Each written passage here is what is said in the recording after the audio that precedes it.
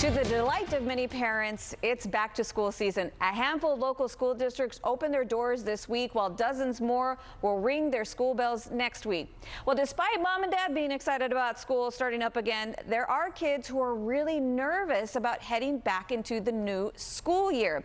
Well, to help us parents and caregivers know how to support our anxious student, we are joined by Angela Koreth from the Menninger Clinic. Good morning, Angela. Thank you so much for being here. Good morning. Thank you for having me. So I'm going to start off with a bit of storytelling here. Sure. I've got one kid that is just so brave. She is going to just walk into that school with all the confidence in the world. Meanwhile, my other kid already has a scheduled stomach ache for the first day of school. So explain how this works. Like, why are some kids anxious, some aren't? I think it has a lot to do with your kid, right, and their personality and what might create anxiety for them. Maybe they've had some kind of experiences going to school and always feeling nervous about meeting friends, or will a teacher like me? Will something happen? But it could really just be their personality, right? And so each kid is very different.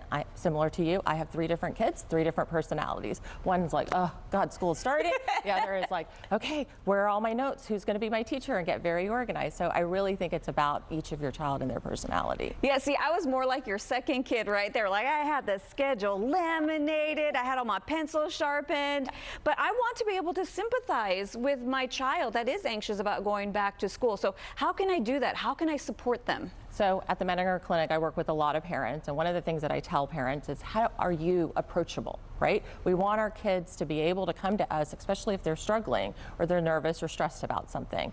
So how do we notice? And we know our kids. How are we in tune with them? If we are really stressed and busy with work and not available to them, we're not going to notice their cues too.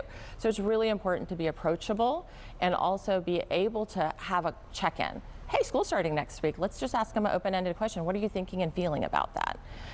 They should share, I'm excited, I'm nervous, I'm, what are you nervous about? And ask them some of these things to say, okay, how can I help with that? How do you think you're gonna help with that? Would it be good for you to have Susie over to our house? A lot of schools know that this is happening, and they've been doing a really good job. And so they have Meet the Teacher, where they can go through kind of like the land. Some kids, if I'm switching classes, where's this other class? Who's going to tell me what bell? So they are uncertain about what's happening, and if we can just help them with that uncertainty, or just validate their feeling of that, can be very scary and anxiety provoking. See, that's great. I want to know some more of those phrases that you just said there, because I kind of feel like it's just school, just go, like andale, like you're going to be fine. Right. Like, but how do I empathize with them? What kind of phrases should I use with them? Yeah, once they share with us what they're feeling, like, I'm feeling anxious about Susie not being in my class, she can get moved to another one. I can understand how that feels very anxiety provoking or scary or uncomfortable for you. And when can we see Susie? You might be able to see her at lunch, right? You might be able to see her after school. Who could be a new Susie for you, right? How do you show them hope? How do you show them other ways to create some boundaries?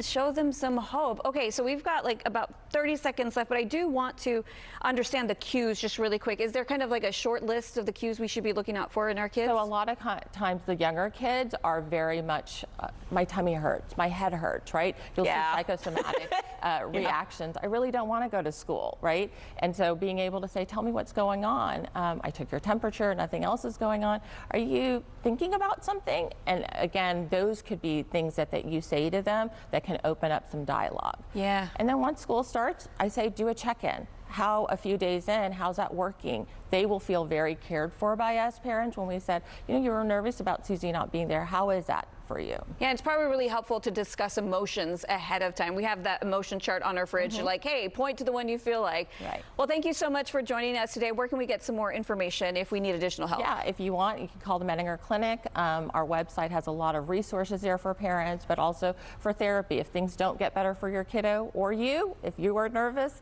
come get an appointment with us. Big believer in therapy. Thank you so much, Angela, for stopping by. All right, let's go ahead and take it live now through our Sky Tracker network. Here's a look